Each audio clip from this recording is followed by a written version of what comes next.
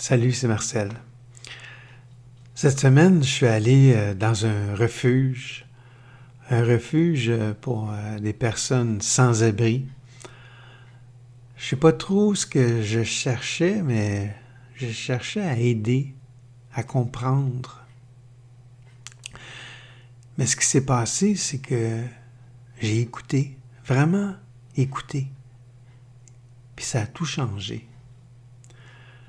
Je voudrais vous parler de l'art de l'écoute.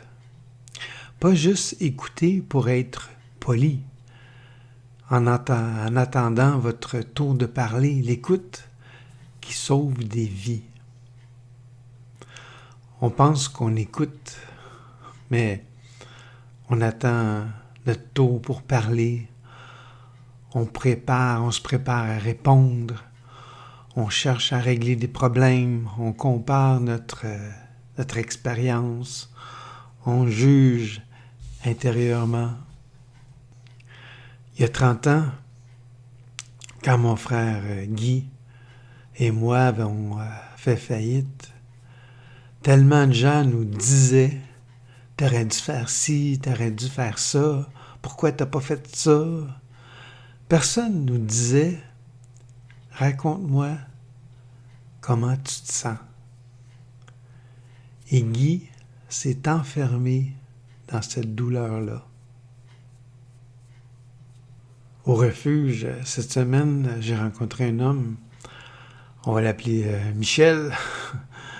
Il m'a raconté son histoire. Vous savez ce que j'ai fait? Rien. Je l'ai regardé dans les yeux, j'ai hoché la tête, j'ai laissé des silences et à la fin, il m'a dit « Merci, ça fait du bien d'être entendu. » Je vous parle de ça aujourd'hui parce que je suis en train de créer quelque chose, la Fondation Rebondir Anonyme, pour les entrepreneurs qui ont fait faillite. Parce que Guy n'a pas eu cet espace-là pour être écouté. Et je sais que dans les refuges, dans les groupes de soutien, ce qui sauve les gens, c'est pas les conseils, c'est l'écoute. Que vous soyez entrepreneur, parent, ami, vous avez ce pouvoir-là, le pouvoir d'écouter. Et ça peut littéralement sauver quelqu'un. Alors je vous lance un défi cette semaine. Trouvez une personne dans votre vie qui a besoin d'être écoutée.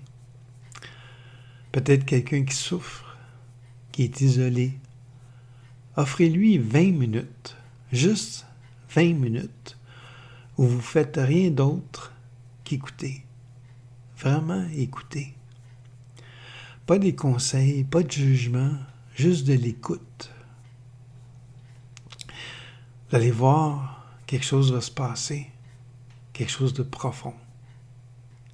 L'écoute, c'est un acte d'amour.